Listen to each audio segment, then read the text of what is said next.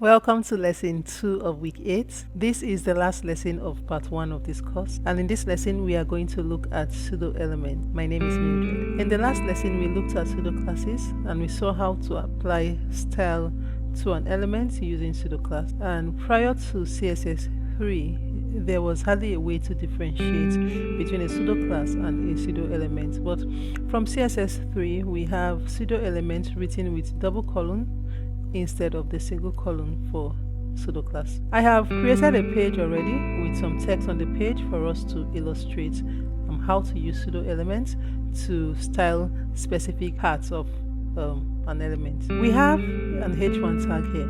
Let's say we want to put something before and after the h1 element. We have a pseudo-element which is called before, and we want to insert something before the pseudo element, and I'm going to insert open quotes. So I want a quotation mark before the h1 and I have it there. If I want to have a quotation mark close quotes after, I use the after pseudo element and I put content will now be close quotes. So you have to research more to see the different applications of the before and the after pseudo elements, but what we basically use it for is to do something before a specified element and do something after a specified element. You might want to insert an image before a particular element or a particular heading and after the heading. So this is one application. Let's say we want to put a drop cap on the P tag, and let's say we want the first letter to have a drop cap.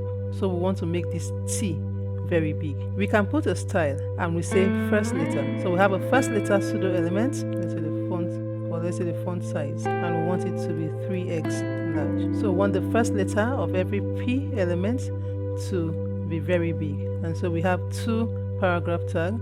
So we want this T to be very big and that T to be very big, like a drop cap. And when I refresh my page, I have the first T very big. I can decide that I want the first line of this P tag to have a different kind of style. So there is a pseudo element called first line pseudo element that I can use to put a style. So let's say we want the first line to be font variant. I'm going to put a font variant here of small caps, and so I'm going to have it in small caps. So we have the first letter to be big and the first line to be in small caps. We have another pseudo element called the marker, and when I use the marker pseudo element, what it does is that it applies the style to the list marker. So I want the list marker to be in blue, and when I save this and I refresh my page, I will have the list marker for the element in blue. I have a pseudo element called the selection pseudo element, and what it does is that when I highlight a page, instead of being in blue, maybe I want to highlight a particular text and I want that text highlighted to be like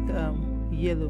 I'm going to use the selection pseudo element to put a background color of yellow to any text that I select on my page. So I'm going to refresh and I'm going to try to select, and I have everything in yellow when I select. So these are the pseudo elements that we are going to use, and this is where this lesson ends. Next week is a review of weeks 1 to 8. I hope you enjoyed this part of the course. In part 2 of this course, we are going to go into advanced HTML and CSS.